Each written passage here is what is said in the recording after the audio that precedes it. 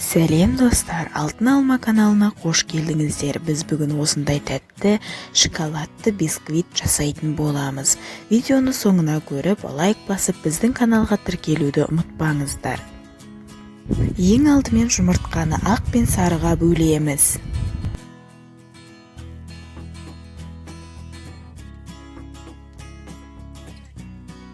Жұмыртқаның сарыуыздарына кішкене тұз, қантты қосып, оны әппақ болғанға дейін миксермен немесе қолмен араластырамыз.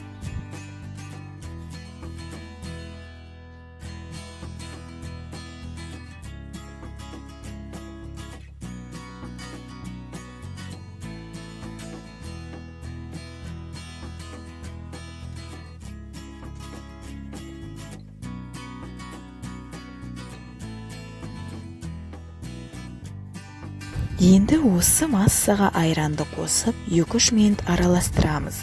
Біздің басты мақсатымыз қанттың еруі.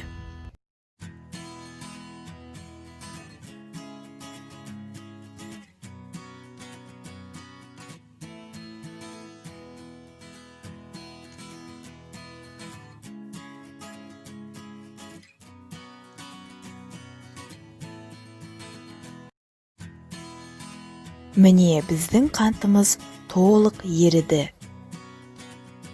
Енді құрғақ ингредиенттерді араластырамыз. Ұнымызға қопсытқыш және какаоны қосамыз. Енді жұмыртқалы массамызға құрғақ ингредиенттерді еліктен өткізіп қосамыз.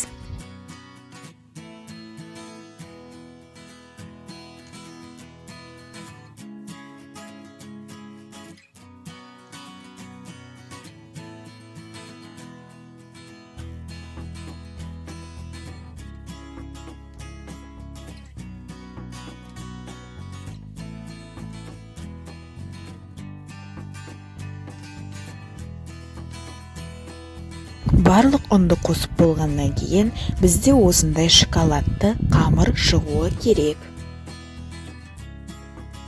Қамырымызды кішкене май жағылып, үстіне ұн себілген ыдысқа салып, пешке қоямыз.